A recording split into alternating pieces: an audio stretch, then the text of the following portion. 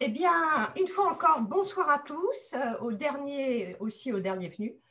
Donc, je vous remercie sincèrement de votre fidélité parce qu'elle est franchement, elle est la récompense de mon engagement à reconstruire cette fabuleuse histoire des Juifs d'Odessa et de leurs descendants, bien sûr. Nous accueillons ce soir Anne Bassi. Alors, avant que j'oublie de le dire, Anne Bassi est anciennement avocate et elle dirige aujourd'hui une société de communication qui s'appelle Shinka. Voilà, merci à toi. Aujourd'hui est le jour de célébration dans le calendrier juif du Nouvel An des arbres. Alors qu'Anne doit nous parler de transmission et de généalogie, peut-on y voir un signe? Comment nous sommes-nous rencontrés? J'aime bien commencer les histoires par « Il était une fois ». Alors, il était une fois un samedi matin.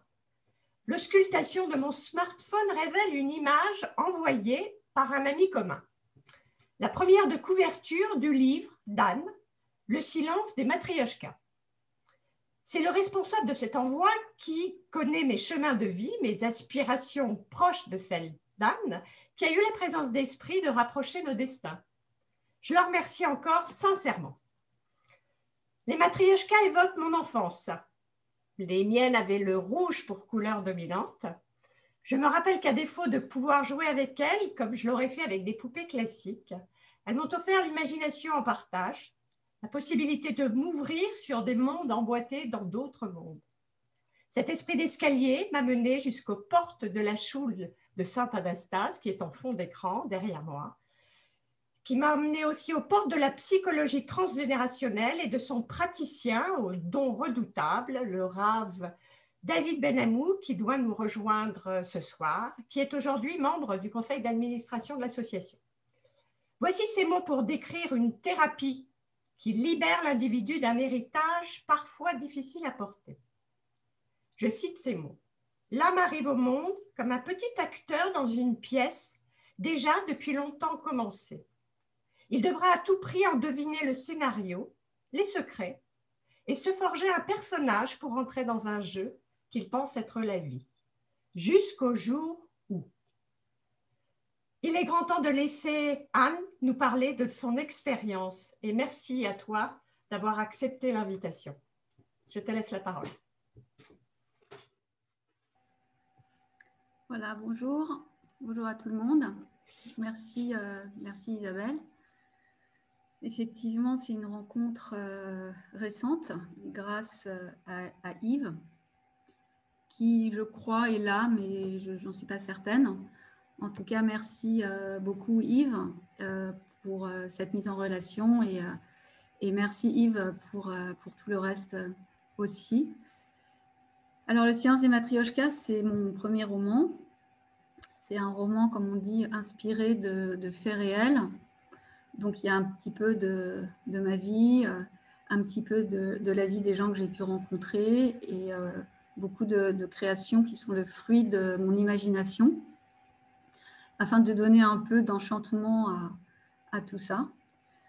Alors, comme Isabelle l'a dit, j'ai été avocate et aujourd'hui, je suis dans la communication. Et c'est important parce que ce sont deux univers professionnels où on écoute la vie de nos clients et où on doit ensuite savoir raconter ces vies à nos interlocuteurs qui sont différents, hein, qui sont souvent des magistrats quand on est avocat et plutôt du grand public quand on fait de la communication. Mais en tout cas, il faut savoir raconter leur vie avec un peu de souffle et d'émotion sans trahir non plus leur identité et tout en adaptant ce qui est nécessaire d'être adapté. Alors, pour commencer, je vais vous lire la quatrième de couverture. C'est moi qui l'avais rédigée. Donc, Rebecca, Raïssa, Anouchka, 3 femmes d'une même lignée, 3 destins et un secret. Elles sont liées parce qu'elles ont de plus intime l'unité duel mère-fille. Inspiré de faits réels, ce roman vous transporte de 1885 à aujourd'hui, de Kiev à Paris en passant par Berlin. En 2017, Anouchka, la petite fille, l'avocate, affronte le silence qui imposa son empreinte à chaque génération et reconstitue son histoire familiale à travers une enquête qu'elle mènera avec un généalogiste allemand. Elle découvrira un secret de famille enfoui depuis des décennies, une lignée mystérieuse et une transmission qui la dépasse. Un roman plein d'émotions sur le monde de nos origines, la transmission du passé et de sa mémoire. Donc, en effet, c'est un roman sur la transmission.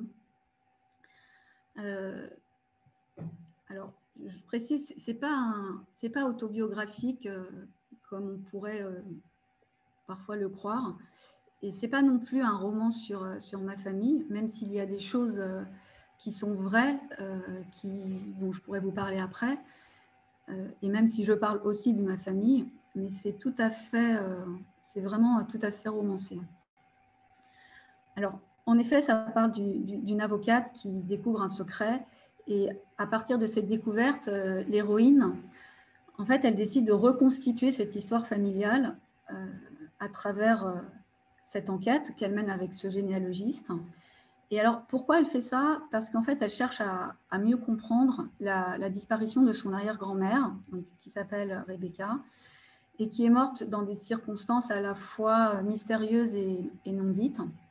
Et elle cherche à comprendre parce que, en fait, cette disparition pèse sur sa vie intérieure. Et donc, en fait, elle crée une sorte, une entreprise de déterrement, si je peux m'exprimer ainsi, pour que Rebecca ne soit pas oubliée. Donc, c'est un véritable voyage dans le temps et dans l'espace, parce qu'en effet, il commence en 1885 avec la naissance de Rebecca, et il se termine dans les années 2017. Donc, c'est un... Alors, pourquoi je l'ai appelé le silence des matrioshkas? Je ne sais pas si vous voyez la couverture. Parce que, en fait, les matrioshkas que je connais depuis toute petite sont pour moi vraiment le symbole de la fertilité, en fait. C'est vraiment pour moi la chaîne des femmes, du ventre d'une femme dont sort l'autre femme. Et je trouve qu'elle représente bien le fait que chaque nouvelle vie enfonce ses racines, en fait, dans la chair des mères qui portent l'enfant, qu'elles sont ainsi liées, voilà, par cette unité duel mère-fille. Et ce que j'ai voulu dire dans ce livre et dans le titre et dans la première de cours, c'est que les mères sont des relais, qu'elles transmettent le passé et sa mémoire, et que c'est une lignée mystérieuse et que c'est finalement voilà, une transmission qui nous dépasse. Donc, comme l'a dit Isabelle, c'est un roman voilà, sur la transmission et qui donc touche à 3 thèmes qui sont très connexes à la transmission. Le premier, c'est les secrets de famille et la façon dont ils reviennent toujours. Alors, moi, j'ai choisi de créer un personnage qui va découvrir le secret de famille dans un cadre thérapeutique. Mais bon, les secrets de famille peuvent revenir autrement. Ensuite, le deuxième thème, tout à fait attenant au premier, c'est le transgénérationnel. Donc, aujourd'hui, on sait et c'est accepté, que certains mal-être ou certains inconforts se transmettent trouvent leur origine, en fait, dans ce qu'ont vécu les générations précédentes.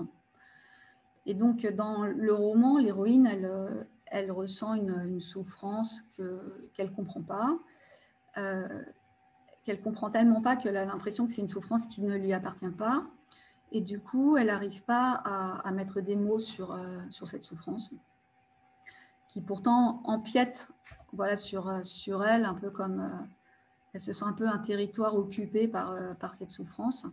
Et donc, cette recherche, sa quête sur le passé, le présent, les vivants et les morts, est essentielle pour elle pour rétablir en fait l'histoire de cette arrière-grand-mère qui s'appelle Rebecca, et donc de sa famille, et donc de son présent. Et le dernier thème, c'est attenant, c'est le thème de la transmission entre femmes d'une même lignée. Voilà, ça, c'est vraiment important parce que ce n'est pas un livre uniquement sur la communication et la transmission. C'est vraiment un livre sur la transmission entre femmes d'une même lignée. Et c'est volontaire que dans le roman, les hommes de la famille ne sont pas présents. Je n'ai pas voulu minimiser l'importance des hommes dans une famille. C'est un choix volontaire. C'est vraiment un livre sur la transmission entre femmes d'une même lignée. Et dans le livre, c'est sur 6 générations. Donc, il y a des générations qui sont plus visibles. Donc, il y a la génération de Rebecca, de Raïssa, de Claudie et de Anouchka. Donc, c'est 4 générations. Mais au fur et à mesure dans le livre, il y a la génération encore d'avant, de la mère de Rebecca qui s'appelle Dina, et il y a la génération d'en dessous, donc de Sacha. Donc, ça fait 6 générations. Donc, 6 générations qui sont en partie romancées, mais qui existent aussi, et donc, certains faits sont avérés, en fait, sont vrais. Et ce travail-là, sur les 6 générations, j'ai pu le faire grâce à un généalogiste.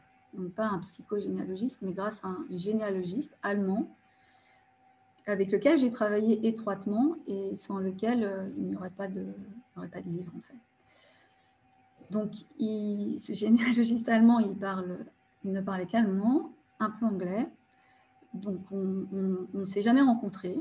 On a travaillé que sur Internet et jamais par Zoom, que par mail ou par SMS. Donc, c'était bon, je suis habituée à cette relation. Je pourrais en reparler après, si vous voulez, la façon dont j'ai travaillé avec le généalogiste, parce que c'était assez intéressant. Et donc, ça m'amène à la psychogénéalogie. Alors, souvent, on me demande ce que c'est que la psychogénéalogie.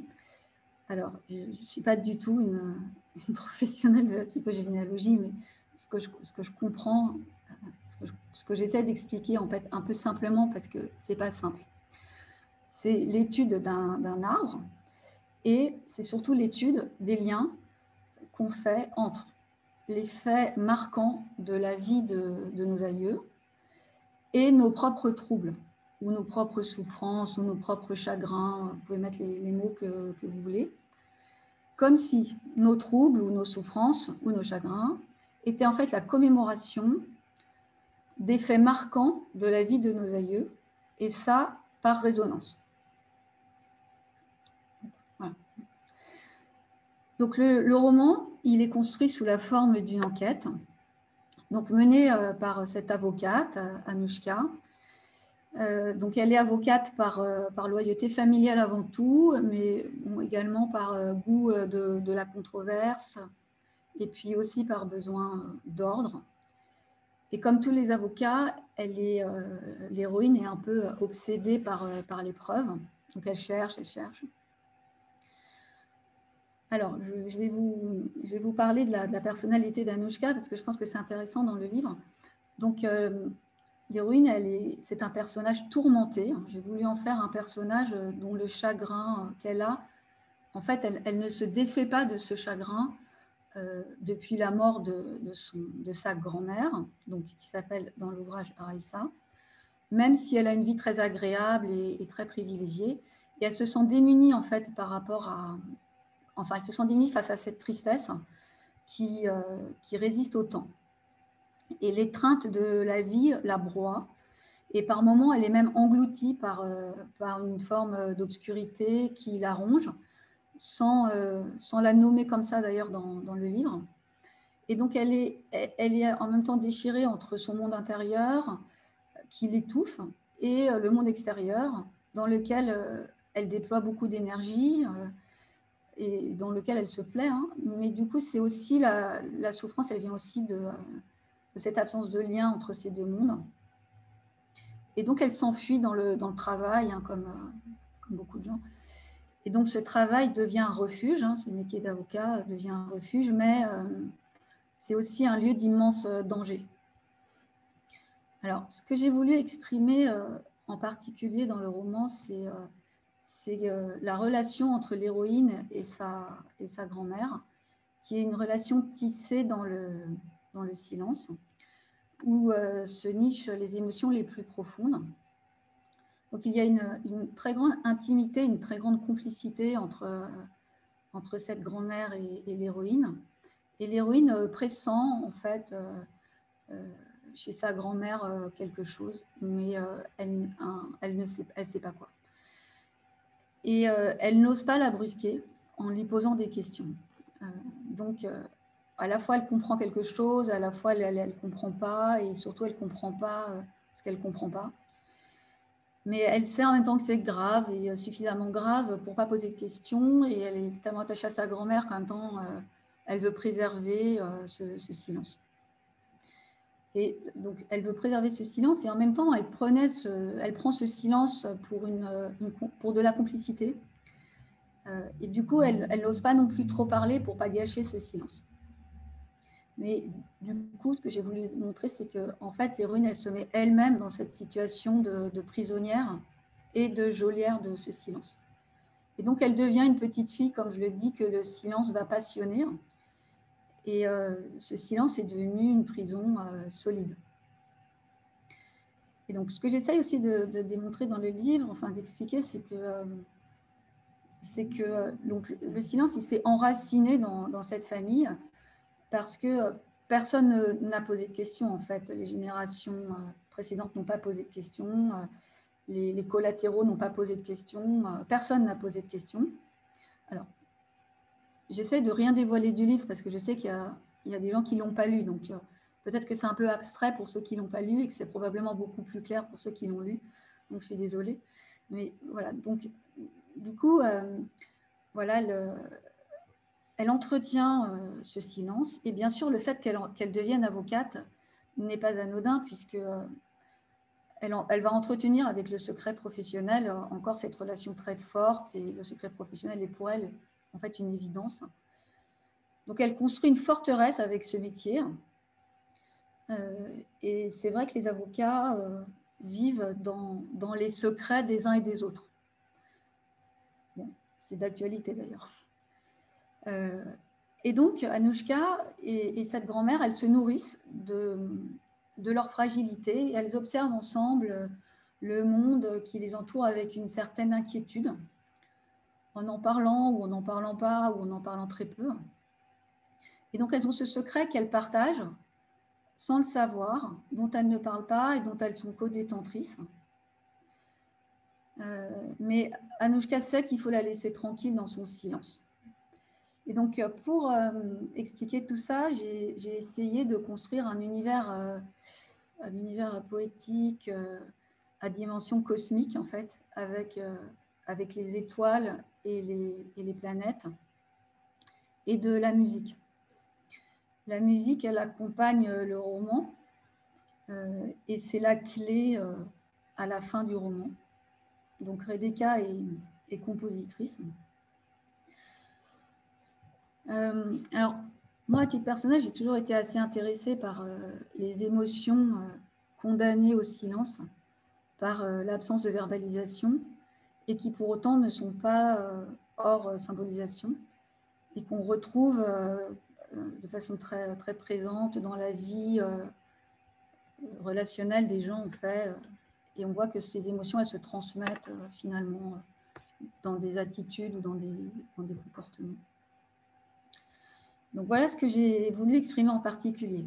Alors dans le livre, il y a 3 grandes périodes qui sont des périodes historiques de grande confusion sur un territoire qui m'apparaissait assez romanesque. Donc la première période, c'est la Russie, en fait, de 1885 à 1911. Donc 1985, c'est la naissance de Rebecca, 1911, c'est la naissance de Raïssa. Puis de 1911 à 1926, qui est la date de leur départ vers l'Allemagne. Ensuite, il y a une autre période, c'est la période en Allemagne, qui est une période importante, même si elle est courte. Et ensuite, il y a une autre période qui est la période en France, avant la guerre, pendant la guerre et après la guerre. Et ça se déroule à Paris. Et ça se déroule en partie sur l'île Saint-Louis d'ailleurs. Et qui est une période où j'explique un peu le métier d'avocat. du regard de l'héroïne et aussi j'ai essayé de retranscrire ce que moi j'avais pu comprendre aussi en passant du temps dans cet écosystème juridique et judiciaire. Alors, dans le roman, Raïssa et son mari, Charles, sont avocats, les deux, et ils sont avocats par vocation, par amour de la liberté, par aversion de l'arbitraire et de l'injustice, bien sûr. Et ce sont des êtres de conviction et de courage qui considèrent la culture et la liberté comme essentielles et qui ont résisté et résistent à toute forme de soumission. Donc ce sont des avocats droits et authentiques et qui croient à la force des idées et qui, bon, en particulier, croient à un monde nouveau et à d'autres horizons. Donc ça, c'est aussi quelque chose d'important dans le livre. Je ne vais pas m'étendre pour rien, pour pas trop révéler quoi que ce soit. Voilà, ça, c'est les grandes périodes du roman, jusqu'à 2017, où l'héroïne, qui elle-même est avocate et qui ne retrouve pas dans son métier, finalement, cette catégorie d'avocat.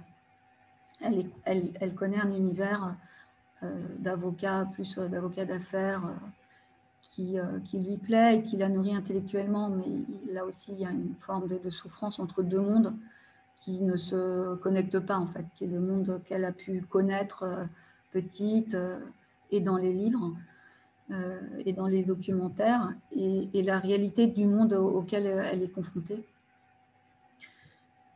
Alors, pourquoi j'ai écrit ce livre? Je me suis dit que ça allait vous intéresser. Alors, en fait, au départ, je n'avais pas du tout l'intention d'écrire un livre et pas du tout l'intention d'écrire ce livre. En fait, j'ai commencé par faire des recherches avec ce généalogiste allemand pour des questions d'ordre personnel sur l'histoire de ma famille. Et en fait, je notais ce qu'il me disait, je notais ce à quoi ça me faisait penser, je notais mes questions. Et puis, plus je lisais mes notes ou relisais mes notes, plus je me disais que c'était dommage que je sois la seule à entendre ça. Et c'est à partir de là que j'ai eu envie de construire un livre. Et à partir de ce moment-là, j'ai écrit pour ne pas oublier certaines situations, certains mots ou certaines phrases. Et j'ai aussi écrit pour mettre de l'ordre, en fait, pour mettre les choses à leur place. Et c'est là où le réel et la fiction se mélangent. Et donc, en fait, j'étais dans un énorme puzzle. Et donc, j'ai créé ce personnage, l'héroïne, qui tente de reconstituer ce puzzle. Ça, c'est la première raison. La deuxième raison pourquoi j'ai écrit ce livre, c'est que moi, je trouvais ça injuste de ne pas avoir cherché à comprendre ce qui s'était passé dans la vie de Rebecca, hein, qui est donc un personnage réel et à la fois que j'ai beaucoup romancé. En fait, je trouvais injuste de la mettre dans la case des oubliés, alors que dans ma propre vie, c'était la mère de ma grand-mère dont j'étais très proche. Et donc, de l'avoir un peu abandonnée, d'une certaine manière. Alors, du coup, cette recherche, elle est devenue pour moi un peu une œuvre de justice. Et donc, du coup, ce personnage que j'ai créé, Anouchka, se met en chasse de sa généalogie complète et de l'histoire, mais dans le contexte de l'époque. Et donc, elle veut retrouver la trace, elle veut retrouver les empreintes, et donc elle veut retrouver les preuves, parce qu'elle est avocate, donc ils m'ont un peu obsédée par les preuves. Alors, voilà, ça, c'est la deuxième raison. Alors, on dit que les auteurs écrivent pour communiquer avec les autres. Moi, je n'ai pas ressenti ça. Moi, j'ai écrit pour communiquer avec moi-même Et en fait, en créant les personnages, ça m'a permis de les regarder, en fait, et de mieux les comprendre et de mieux les considérer. Ce roman, c'est un roman où... en fait, c'est un endroit, ce roman. C'est un endroit où moi, j'ai vécu plusieurs mois. Et en vivant dans cet endroit, je me demandais souvent où j'avais envie d'habiter. Et à chaque fois, en réponse, je me disais que j'avais envie d'habiter dans mon enfance et de revenir à l'odeur et aux souvenirs de mon enfance.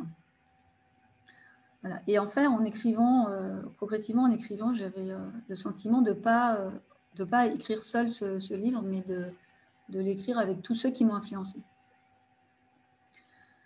Alors, c'est vrai aussi que ça faisait longtemps que je réfléchissais au thème de la transmission dans le sens de la communication. Donc, je ne pensais pas pour rien que je fais de la communication.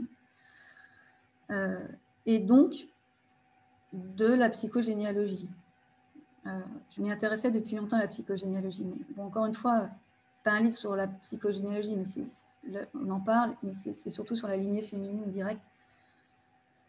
Et en fait, on vit aujourd'hui dans une société assez rationnelle, me semble-t-il, basée sur la technique, où on se doit de comprendre, d'être en mesure d'expliquer rationnellement ce qu'on comprend, d'expliquer rationnellement les raisonnements et les résultats.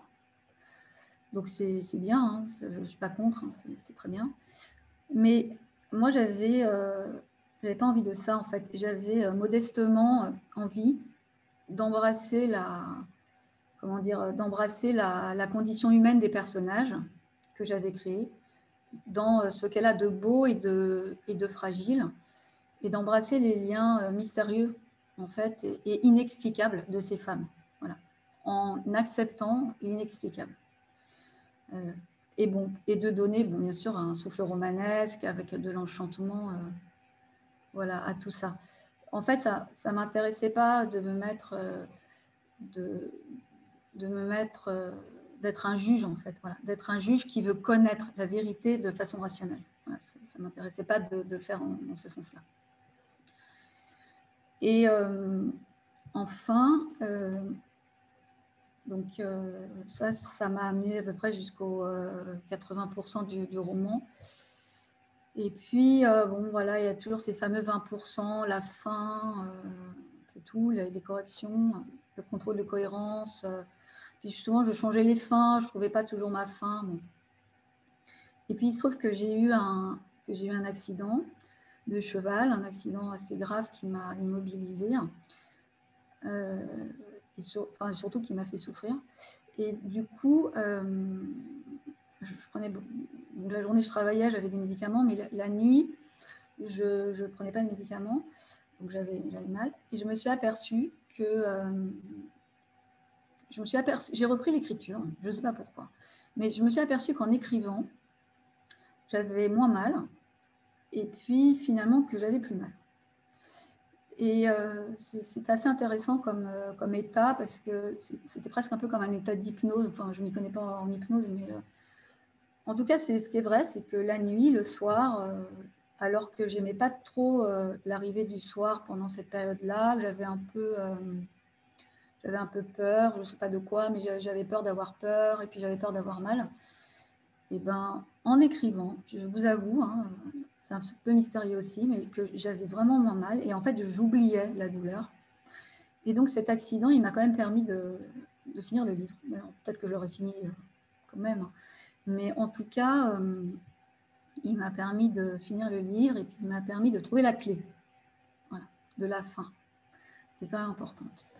Donc, voilà ce que je voulais vous dire. Pour conclure, moi, j'ai toujours trouvé que les livres pouvaient consoler, pouvaient réparer et pouvaient donner à la vie une grande stabilité. Et en fait, je me suis aperçue qu'en écrivant, j'ai découvert en écrivant qu'effectivement, l'écriture pouvait aussi consoler, réparer et donner de la stabilité à la vie. En tout cas, moi, j'ai trouvé que ça avait donné beaucoup de stabilité dans ma vie d'écrire ce roman. Voilà ce que je peux vous dire. Bravo Anne pour cet exposé tout à fait intéressant qui mêle je trouve qu'il mêle beaucoup de sujets. Je vais peut-être me permettre de démarrer la conversation par une première question. Quelle a été, alors j'ai posé mon dévolu sur une parce que j'en ai plusieurs, mais quelle est la relation qui s'est instaurée entre le généalogiste et toi? Parce qu'en fait, le généalogiste, c'est presque celui, on a envie de s'accrocher parce qu'il est peut-être détenteur, révélateur d'une vérité qui va nous remettre d'aplomb. Voilà, donc je pense que le généalogiste est un personnage qui est extrêmement important. Qu'est-ce que tu pourrais nous en dire dans cette aventure? Oui, alors, donc le généalogiste, donc quand j'ai voulu commencer à entreprendre des recherches, j'ai cherché sur Internet des généalogistes et je suis tombée sur des généalogistes français à qui j'expliquais ma recherche et qui me disaient que ce n'était pas possible en fait qu'en Allemagne les données n'étaient pas numérisées et que donc il fallait que je demande à un généalogiste en Alsace, que ça serait plus simple. Alors j'ai appelé des généalogistes en Alsace.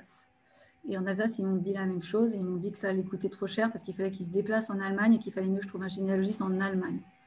Du coup, j'ai cherché sur Internet un généalogiste en Allemagne, et sauf que tous les sites étaient en allemand et pas traduits. Donc à ce moment-là, j'ai appelé des amis avocats, avec qui j'avais travaillé il y a longtemps, qui étaient dans le franco-allemand, et je les ai chargés de me trouver un généalogiste. Donc j'aurais dû leur expliquer, mais très clairement, la recherche. Et du coup, en fait, on m'a présenté que celui-là. Et voilà, on s'est rencontrés. Non mais en fait, on ne s'est jamais parlé par téléphone. Hein. C'était que par mail. Et je ne sais pas, il m'a inspiré confiance. Il m'a dit qu'il était très enthousiasmé par la recherche. Alors, je sais d'expérience que les généalogistes allemands, quand ils comprennent qu'ils font des recherches en Allemagne pour des familles d'origine juive, ils font quand même attention, ils sont assez précautionneux. Donc, mais lui, en fait, donc cette relation, ça a duré longtemps. Hein, ça a duré au moins, enfin, je ne sais pas, mais de bout à bout, ça a peut-être duré 6 mois, 1 an, je ne sais pas. Et alors, c'était intéressant. Alors, au départ, pour moi, il était beaucoup trop lent, quoi, parce que moi, je ne vis pas dans le monde de la lenteur. En fait, moi, je vis dans le monde de la rapidité, voilà, donc cette relation avec le généalogiste, elle s'est tissée aussi dans le temps et en créant une relation de confiance. Et il m'a permis effectivement de trouver des éléments de preuve sur ce que je cherchais. Il m'a permis de trouver des choses que je ne cherchais pas d'ailleurs. Et puis aussi, c'était, faut pas l'écarter, c'est pas rien, c'était une belle relation. Hein. Voilà, avec lui, dans le livre, il met un petit mot à la fin. J'ai voulu lui donner quand même une existence dans le livre physique. Je l'avais invité ce soir, mais bon, il ne parle pas du tout français, c'est pas possible. Donc voilà ce que je peux vous dire sur la relation avec ce généalogiste allemand. Alors, j'ai beaucoup aimé ce livre, je l'ai trouvé très humain et le terme que vous avez employé, œuvre de justice mémorielle, je trouve que c'est très juste et je suis sûre qu'en plus ça vous a libéré. J'ai une extinction de voix, je ne peux plus parler.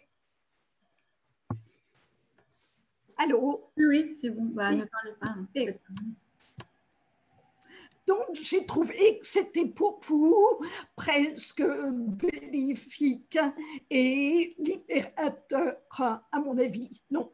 Comment l'avez-vous ressenti ou pas? Oui, tout à fait. C'était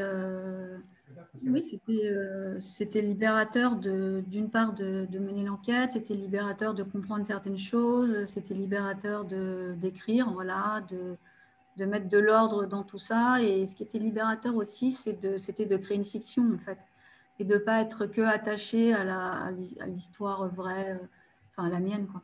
Donc, parce que c'est vraiment très romancé. Hein, donc, et en fait, créer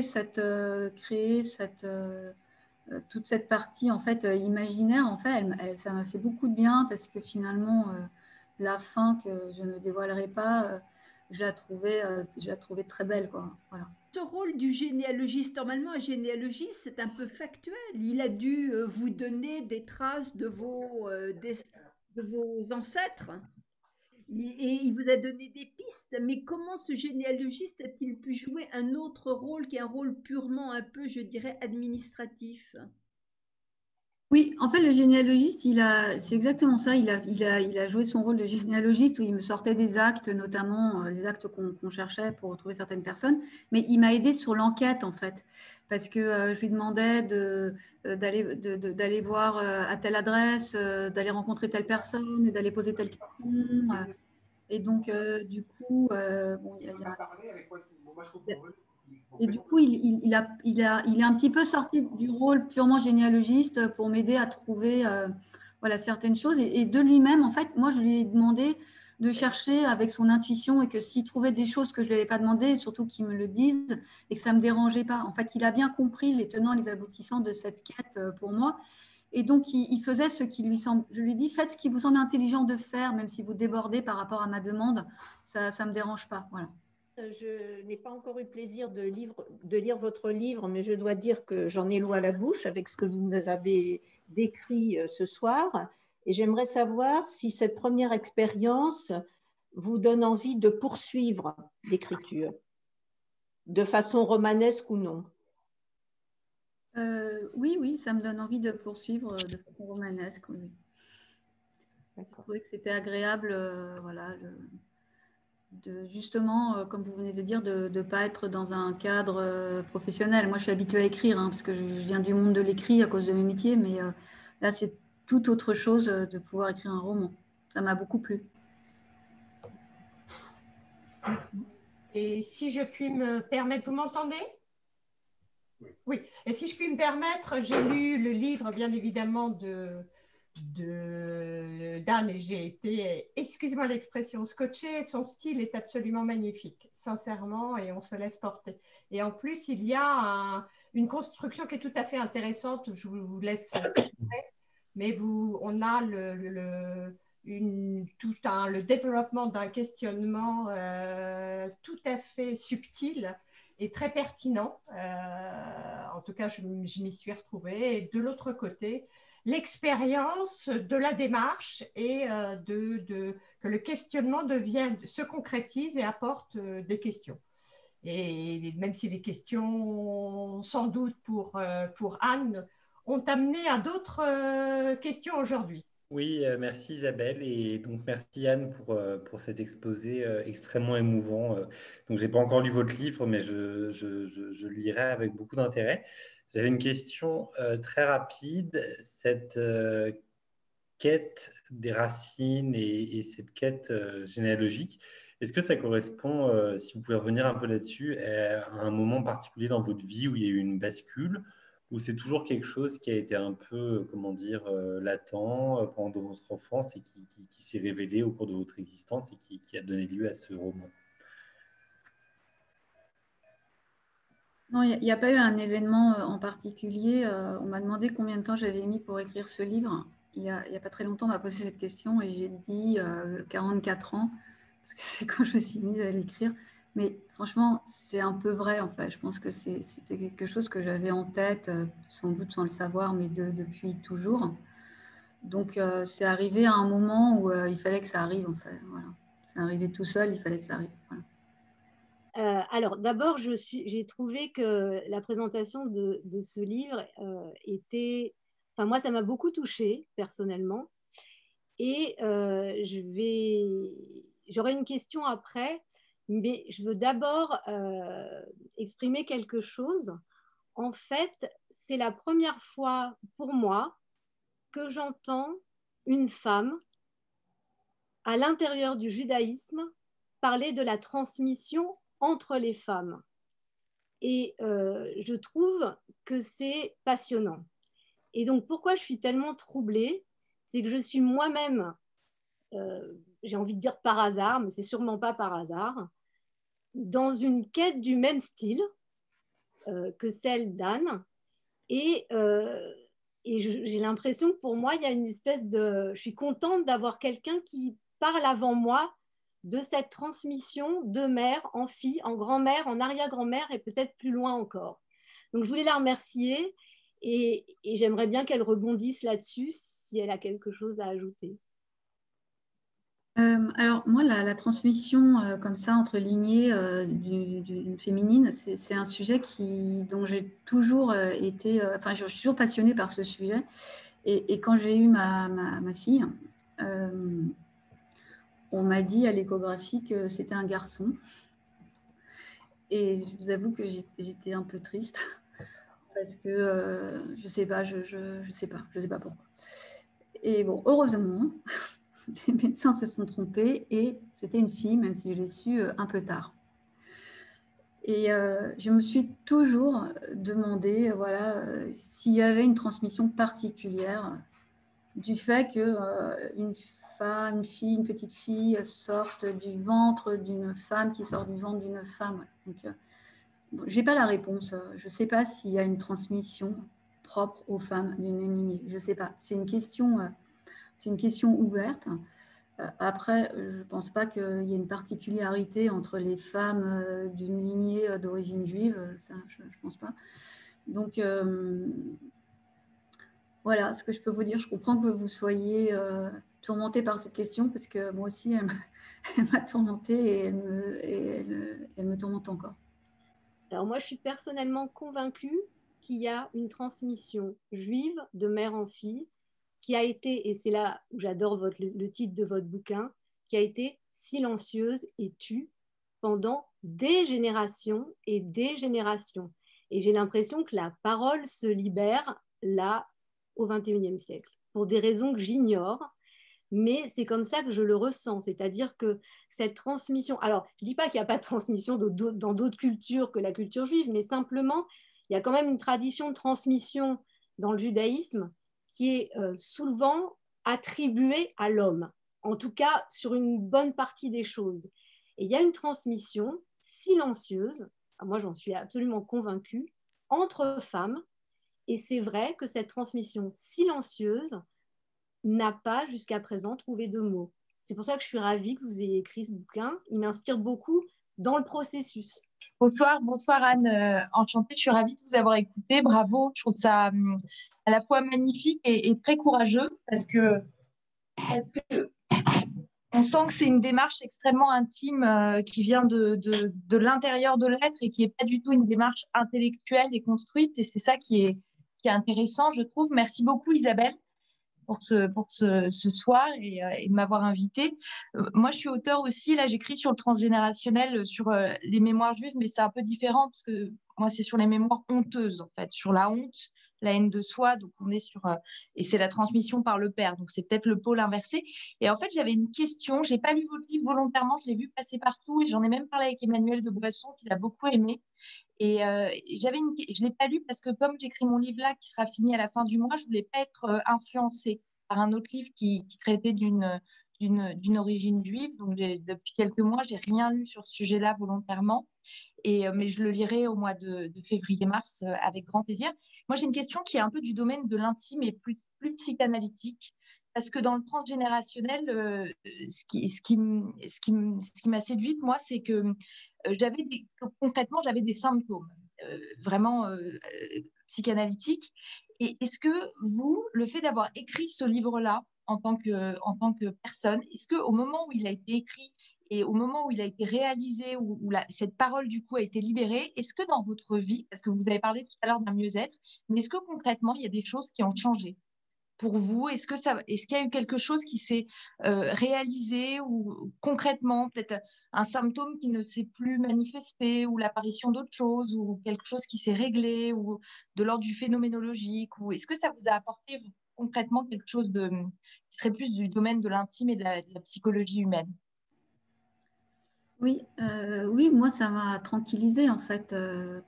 J'étais, pour reprendre une expression un peu connue, j'étais intranquille et je me suis retrouvée plus tranquille. D'accord. Voilà.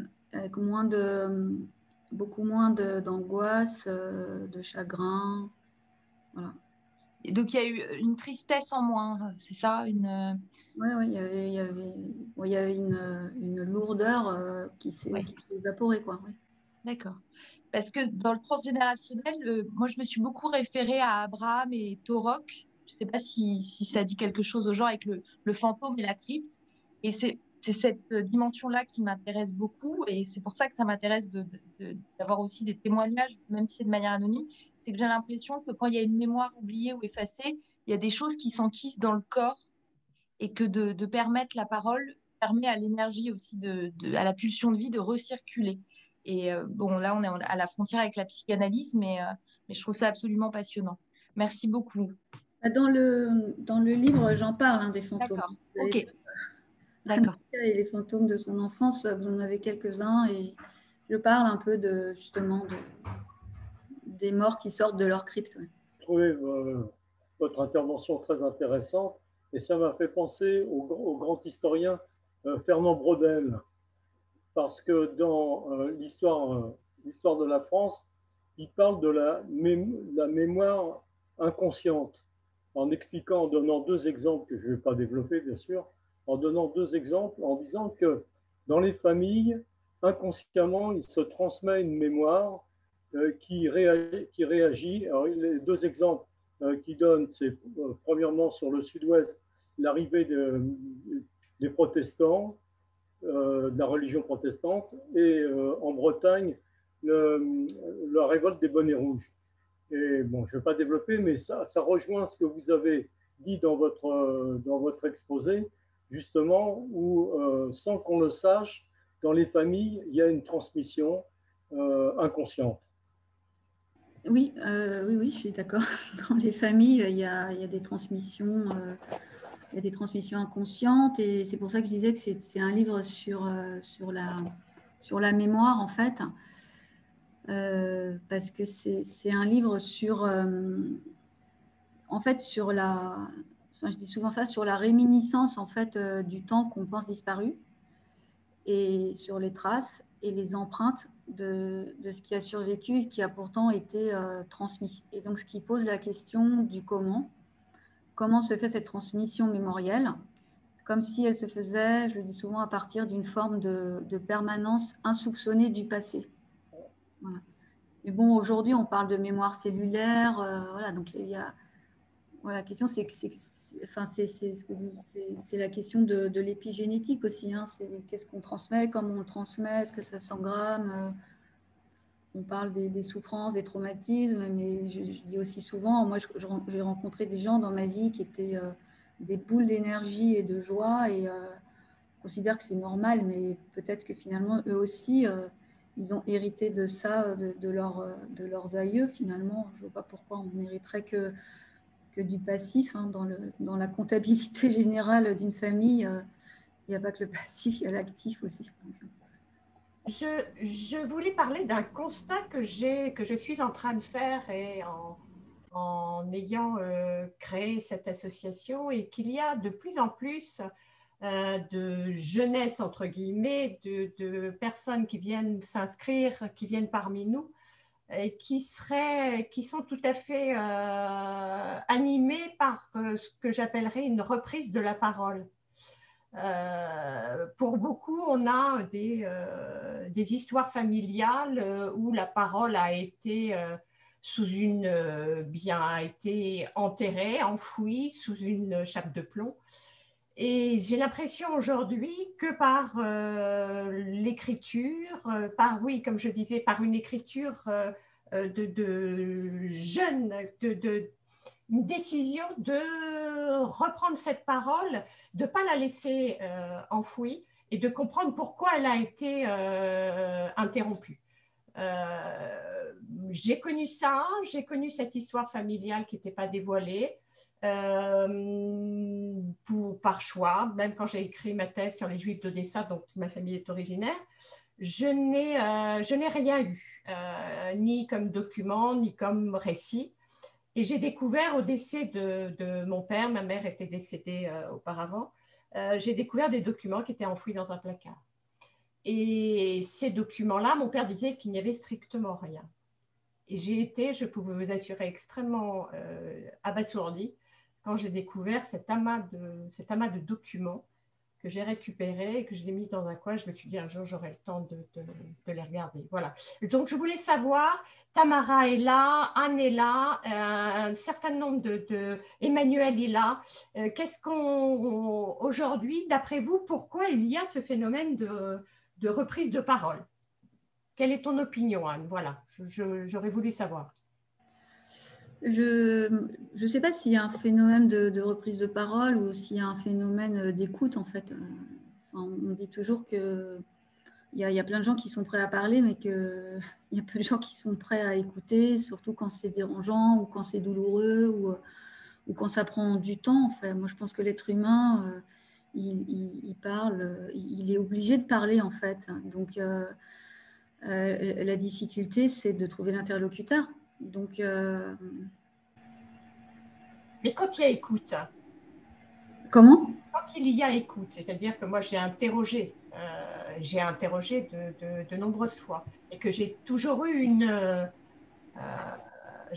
refus de non, j'ai pas envie de parler de ça, c'est fini cette histoire. Voilà, là il y avait écoute, mais visiblement on ne voulait pas nourrir cette écoute. Mais après, aujourd'hui, on a une actualité assez intéressante avec ça. On voit bien les prises de parole sur les sujets qu'on connaît tous, là, qui sont des sujets très bouleversants. Il y a un moment où les gens ne peuvent plus garder en fait en eux cette violence, cette honte, et donc il faut parler. Mais aujourd'hui, je pense qu'il y a plus de gens qui sont prêts à écouter, peut-être dans un cadre familial. Mais si je reviens juste à l'après-guerre, on sait bien que les gens qui sont, la plupart des déportés, ils ont dit qu'en fait, on n'avait pas voulu les écouter, par exemple.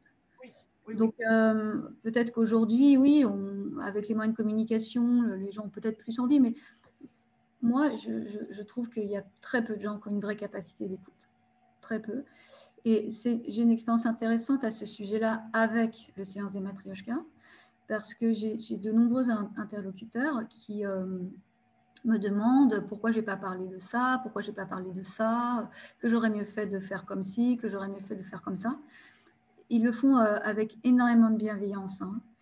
Et quand je leur dis que ce n'est pas ça que je voulais, ce que je voulais, c'est ce que je vous ai expliqué tout à l'heure, pourquoi j'ai voulu faire ce livre, ben, ils n'écoutent pas en fait, ils décrochent. Ils disent oui, mais quand même, c'est dommage que tu n'aies pas parlé de ça, parce que quand même, ça aurait été bien. Vous voyez ? Donc, moi, par exemple, voilà, j'ai écrit ce livre, maintenant j'en parle, mais là, vous êtes tous un auditoire formidable, mais je vous assure que je n'ai pas toujours un auditoire qui écoute ce que je dis, hein. Pas du tout. Alors que les gens sont supposés être là pour écouter mon livre, non. Et en fait, les gens, du coup, interrompent avec leur propre vécu, ce que je comprends, hein, leur propre vécu, leur propre fantasme, leur propre crainte. Voilà. Donc, je ne sais pas, pour répondre à ta question, Isabelle, je ne sais pas si la parole se libère. Oui, elle se libère forcément, mais elle ne pourra se libérer que quand il y aura des gens qui seront capables d'écouter, en fait. Oui, c'est vrai, mais ça aussi, c'est une éducation.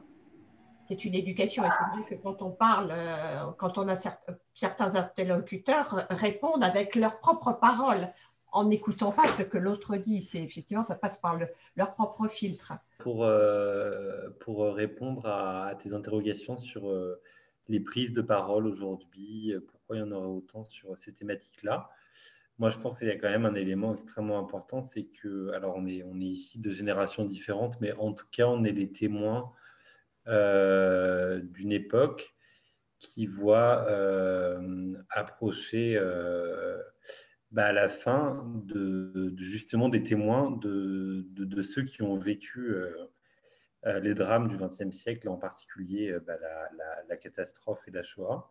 Et donc, je parle en tout cas pour ce qui me concerne moi et pour les personnes autour de moi. Il y a vraiment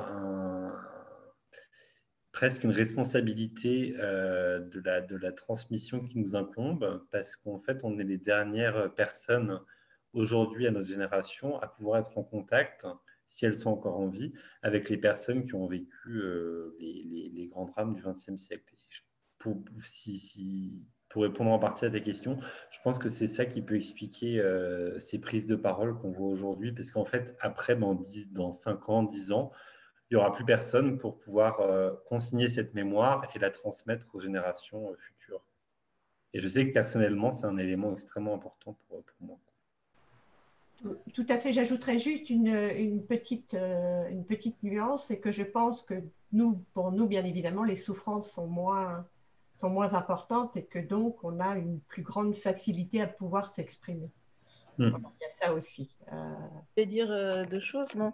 D'une part, effectivement, j'ai l'impression que pour répondre à ce que disait Anne tout à l'heure, j'ai eu l'impression que quand les autres vous renvoient à ce que eux auraient voulu que vous écriviez, c'est plutôt parce que, d'une part, parce que eux auraient aimé et que vous écriviez peut-être le livre que eux auraient voulu écrire, probablement, quelque chose comme ça. Et d'autre part, par rapport à la libération de la parole aujourd'hui, je pense, personnellement, je suis aussi descendante d'une famille juive de déportés, etc. Et personnellement, j'ai pu me rendre compte que les personnes qui sont trop proches du drame, en fait, ne peuvent pas faire un travail de symbolisation. Moi, par exemple, dans ma famille, je suis la première à avoir pu faire un gros travail et en psychanalyse sur la Shoah et à pouvoir aller à Auschwitz, par exemple.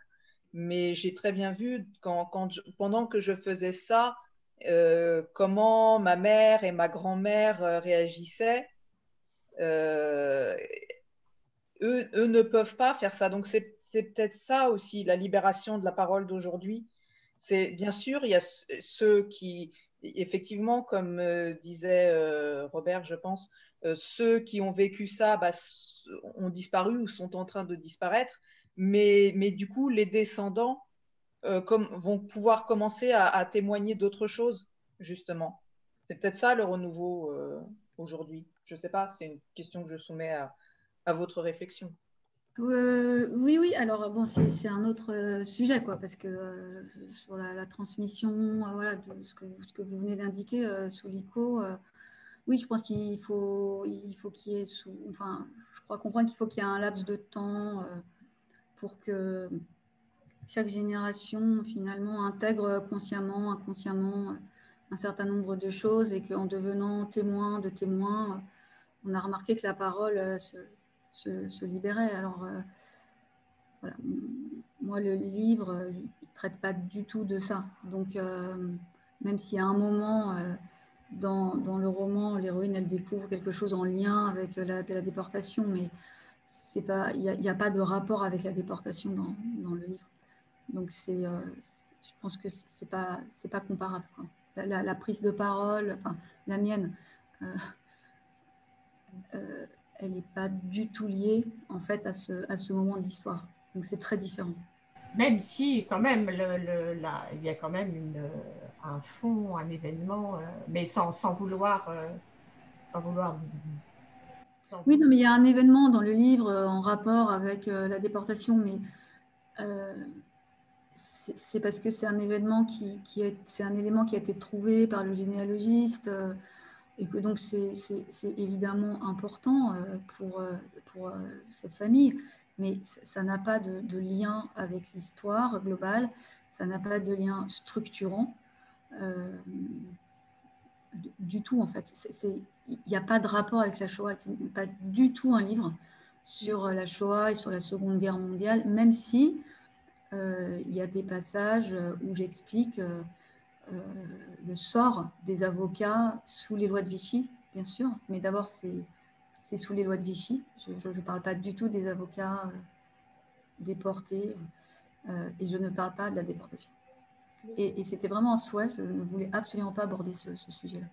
Au même titre qu'on m'a demandé pourquoi je n'avais pas plus parler de la révolution russe. D'abord, je ne suis pas du tout légitime à parler de la révolution russe. Et je ne voulais absolument pas parler de la révolution russe. Donc, ce sont des moments, c'est ce que je disais tout à l'heure, c'est des grands moments de l'histoire que j'aborde sur un territoire qui me semblait aussi romanesque. Mais il n'y a rien d'historique. Il y a des vérités historiques, mais ce n'est absolument pas un livre sur l'histoire. Oui. Et aussi, de toute façon, je pense que chacun en fera la lecture qu'il a envie d'en faire et que ce que tu peux dire, toi, parce qu'un roman, une écriture n'appartient plus à son propriétaire, mais est interprété et vu sous différents angles. Et c'est pour ça que je me permets de dire que je suis pas tout à fait, je n'ai pas eu cette vision. Ma vision ne correspond pas à ce que tu viens de dire. Donc c'est pour ça que je dis à chacun, au fond, il n'y a pas de vérité, il y a une écriture multiple et c'est cette écriture multiple qui fait que chacun pourra avancer sur son chemin après la lecture du livre d'Anne, qui est, je dis encore une fois, tout à fait remarquable. Voilà, il se trouve que bon, je n'ai pas lu malheureusement le livre d'Anne, mais je suis très intéressée par cette transmission par les femmes. Alors, je voulais juste vous faire part de recherches personnelles. Là, récemment, j'ai eu beaucoup à travailler aussi sur l'histoire de ma famille au niveau généalogie, et je me suis rendu compte que quand on travaille avec un généalogiste, en fait, on trouve surtout les souches paternelles. Parce que les femmes changent de nom. En revanche, là, j'ai dû faire des tests d'ADN, ça m'a été offert, et j'ai fait des tests ADN. Et ce qui m'a intéressé dans ces tests ADN, c'est qu'en réalité, on trouve surtout les souches maternelles, uniquement maternelles.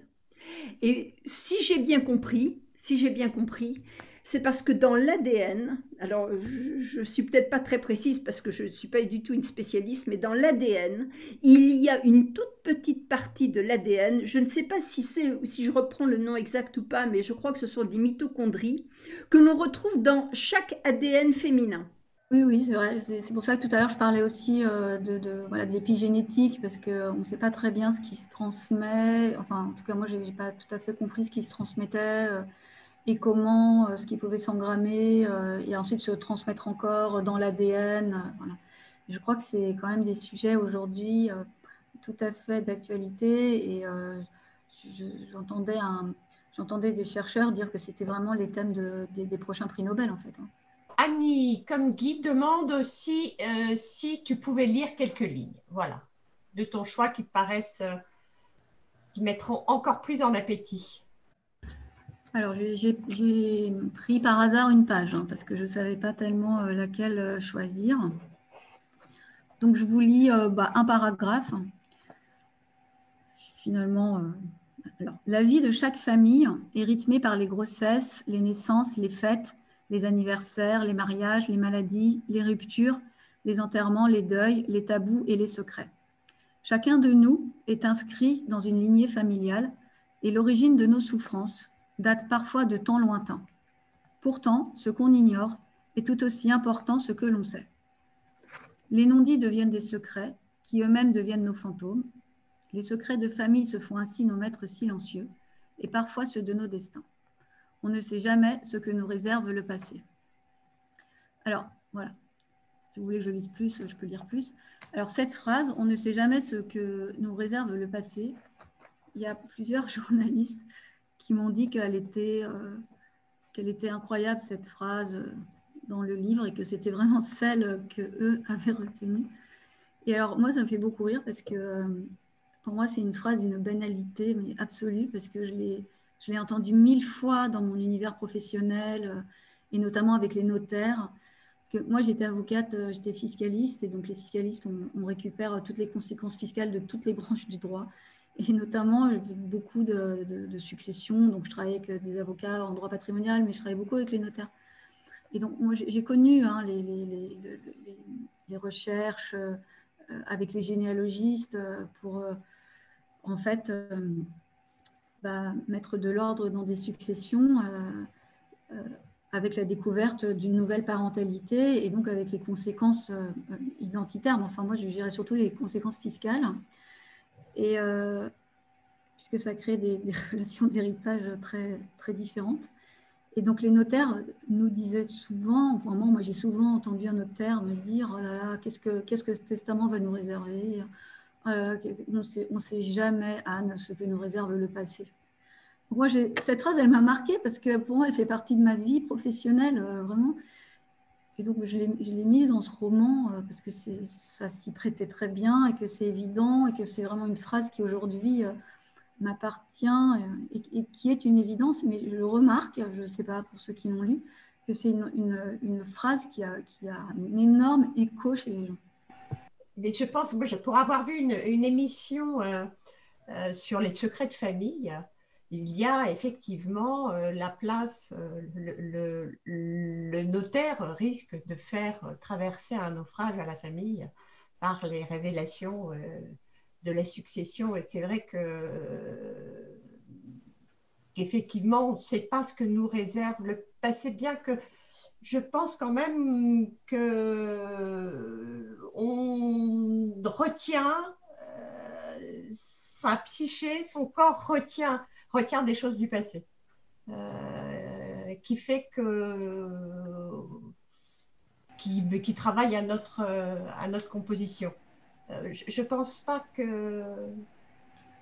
Enfin, je sais pas. Je souhaite. Pour moi, tout ça est une grande question qui m'anime au quotidien et j'avoue que en remontant mon histoire à l'envers, je comprends mieux effectivement certaines aspirations d'aujourd'hui. Voilà. Bah, en fait, la grande question que se posent de nombreux médecins et chercheurs, c'est est-ce que en fait, l'oubli de la mémoire consciente entraîne, enfin l'oubli par la mémoire consciente entraîne de facto l'oubli de la mémoire corporelle. Voilà. Donc, or, les médecins et les chercheurs répondent généralement non, ça n'entraîne pas de facto l'oubli par la mémoire corporelle. Et c'est pour ça qu'il y a tout un pan de nos scientifiques français et mondiaux qui aujourd'hui font beaucoup de recherches sur la mémoire corporelle et on arrive à la mémoire cellulaire. Voilà. Je ne pense pas qu'on oublie quoi que ce soit et en tout cas, je le dis dans le livre, on s'évertue à oublier certaines choses, mais l'inconscient a bonne mémoire. Merci beaucoup, Anne, pour votre exposé qui apporte de l'émotion à chacun d'entre nous. J'ai dû m'absenter 5 minutes. Alors, si vous avez répondu à la question que je vais poser, vous voudrez bien m'en excuser. Je me demandais cette transmission dont vous avez très bien gardé le secret ce soir. Est-ce que votre entourage immédiat, qui donc est lié, alors je ne sais pas si c'est votre maman, votre grand-mère, ou tout au moins, enfin, toute personne encore de ce monde, de la même lignée, qu'en ont-elles partagé avec vous la même émotion ou quels ont été l'accueil de des membres qui sont concernés par votre livre? Merci. Au départ, j'étais un peu étonnée dans ma famille de cet intérêt marqué pour cette histoire. Mais bon, moi, j'ai eu la chance d'être dans une famille composée de gens vraiment mais hors normes. Donc, je parle vraiment du côté de ma mère, du côté de mon père. Donc, moi, je suis assez à l'aise pour parler avec eux de choses très intimes et de leur expliquer pourquoi je voulais faire ça. Donc, même si au début, très clairement, il y en a certains qui ne comprenaient pas, petit à petit, par respect, par gentillesse et par curiosité, et puis après par soutien, ils ont manifesté beaucoup d'intérêt et puis de patience, hein, parce que ça a été un peu long. Et puis, ils ont été très présents et ils m'ont beaucoup soutenue parce qu'il y a quand même eu des moments où ce n'était pas facile du tout, mais pour moi, mais bon, pour eux non plus. Donc, voilà, donc ça c'est un peu pour l'entourage familial un peu global. Après, pour ma famille plus nucléaire, ils ont été aussi très rapidement intéressés en fait, parce que évidemment ça les touchait directement. Je crois qu'ils ont trouvé que j'étais assez volontaire et que je m'accrochais parce que c'était pas toujours facile avec le généalogiste et d'analyser les éléments et surtout de laisser une part au mystère, comme je disais tout à l'heure. Mais après, donc finalement, dans ma famille présente, il y a ma mère, hein, puisque ma grand-mère n'est plus là. Donc, ma mère, ça lui a fait plaisir. Elle a découvert beaucoup de choses. Elle a été très, très présente tout au cours de la recherche et tout au cours de l'écriture aussi. Et puis, elle m'a beaucoup aidée dans l'écriture, d'ailleurs. Voilà, il y avait ma tante, qui est la sœur de ma mère. Il y avait ma sœur aussi, qui m'a beaucoup aidée, parce qu'on en a beaucoup parlé. Il y avait ma fille. Donc, ça, c'est pour les femmes. Et puis, du coup, il y avait aussi, bien sûr, mon père qui était très présent, avec qui j'ai beaucoup parlé de tout ça, parce que c'était intéressant, parce que du coup, c'est un homme. Donc, c'était assez riche, et puis c'était une autre façon de se confier. Et puis, une autre personne très présente, c'est le cousin germain de ma mère, à qui j'en ai parlé assez tôt, parce que je suis très proche de lui, et qu'on s'entend très bien. Donc, j'ai pas eu. Je sais que souvent, quand il y a des livres sur les familles, on prend beaucoup de précautions et c'est juste d'ailleurs parce que ça peut heurter finalement les sensibilités des uns et des autres et générer des émotions assez fortes. Ou alors, on peut révéler des choses tragiques qui du coup ont des conséquences tragiques aussi. Mais moi, pour moi, cette histoire de Rebecca, elle était tragique, mais elle n'a pas eu de répercussions tragiques sur les membres de ma famille qui ont, grâce à cette recherche, appris certaines choses. Au contraire, je trouve que je crois que ça a fait du bien à tout le monde. Et puis d'ailleurs, ça nous a permis de se rapprocher avec certains et d'en parler. Voilà. Ça, alors qu'on n'en parlait pas. Et donc là, j'en parlais récemment avec une cousine germaine de ma mère. Et, c'était bien aussi voilà, de pouvoir en parler. Eh bien, je te remercie infiniment pour avoir consacré ce temps à cette très belle parole. On ne peut souhaiter qu'un bon vent à ton ouvrage et que ton écriture connaisse une suite aussi, parce que ce serait dommage de ne pas lui donner de développement. Donc, bon vent à toi. Merci infiniment. Je remercie infiniment tous les participants de cette soirée. Vous êtes de plus en plus nombreux.